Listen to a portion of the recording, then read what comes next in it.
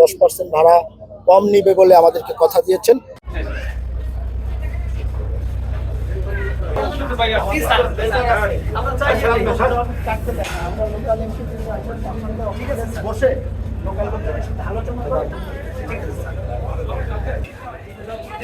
ছিল যে ঈদ যাত্রাটা কিভাবে নিরাপদ করা যায়, আর নৌপথে ঈদ যাত্রাটা আল্লাহ রাব্বুল আলামিনের রহমতে আপনারাও বলেছেন যে মোটামুটি সবাই হ্যাপি, সবাই খুশি।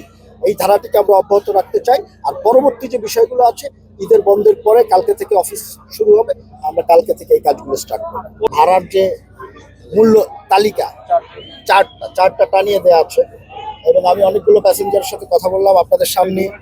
এখানে পটুয়াখালী এই ঘাট থেকে সদরঘাটের ভাড়া হলো 503 টাকা। 503 টাকা। পটুয়াখালী থেকে সদরঘাটের ভাড়া 503 টাকা। মালিকদের সাথে, জাহাজ মালিকদের সাথে মন্ত্রণালয়ের যে কথা হয়েছে, বিআইডব্লিউটি এর যে কথা হয়েছে, তারা 10% ভাড়া কম নিবে বলে আমাদেরকে কথা দিয়েছেন। সেই 452 টাকা আসে 10% কমে। তারা রাউন্ড ফিগার করে 450 টাকা টানিয়ে দিয়েছেন, এবং আমি যতগুলো মানুষের সাথে কথা বলেছি সবাই আমাকে 450 টাকা ভাড়ার কথাই বলেছে।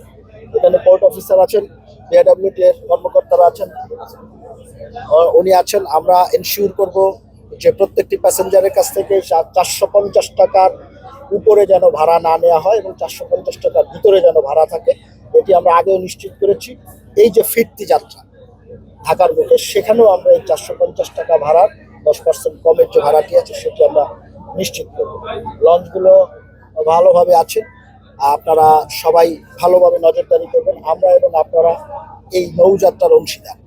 আপনারা যখন যে কমপ্লেনগুলো আমাদের কাছে করবেন, আমরা সাথে সাথে ব্যবস্থা নিব। এই ব্যাপারে আমরা দৃঢ় প্রতিজ্ঞ, আগেও নিয়েছি। এই যে ফিরতি যে যাত্রা, সেই যাত্রার সময় আমরা একই ব্যবস্থা নিব। মাত্র কয়েকদিন হয়ে এসেছে। এই টোটাল প্রক্রিয়াগুলো আগে থেকে শুরু করা হয়েছে। আমরা এই ড্রেজিংয়ের বিষয়গুলো নিয়ে খবর নিয়েছি। এইখান থেকে যে লঞ্চটি বরিশাল পর্যন্ত যাবে, বরিশাল থেকে ঢাকা যাবে, এই মাঝখানে কিছু জায়গায় চর আছে, সেখানে আমাদের ড্রেজিংয়ের ব্যবস্থাও আছে। কিন্তু প্রবলেমটা যেটি জানতে পেরেছি সেটি হলো ড্রেজিংয়ে স্থানীয় লোকজন সার্বক্ষণিকভাবে বাধা দিচ্ছে। কারণটা হলো ড্রেজিং করলে অনেক সময় নদীর পাড় ভেঙে যাওয়ার সম্ভাবনা থাকে।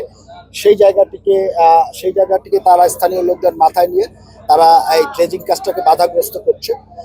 তো আমরা এই যে কালকে থেকে অফিস খোলা হবে, আমরা স্থানীয় যারা জনপ্রতিনিধি আছে ওই জায়গাটিকে, বাকেরগঞ্জের মধ্যে পড়েছে, সেই জায়গাটিকে বরিশাল 6 যে নির্বাচনী আসনটি, ঠিক আছে, বাকেরগঞ্জের ওইখানে যারা জনপ্রতিনিধি আছেন তাদের সাথে কথা বলবো। আমরা তাদের যে বাধা দেওয়ার কারণ সেটিকেও আমরা খতিয়ে দেখবো। প্লাস আমরা যারা জনপ্রতিনিধি আছেন বা যারা জনগণ আছেন তাদের সাথে বসে আলাপ আলোচনার মাধ্যমে আমরা বিষয়টি ফয়সালা করব, যাতে এই ড্রেজিংটি চ্যানেলটি ঠিক থাকে এবং জাহাজগুলো পটুয়াখালী পর্যন্ত সঠিকভাবে আসা যাওয়া।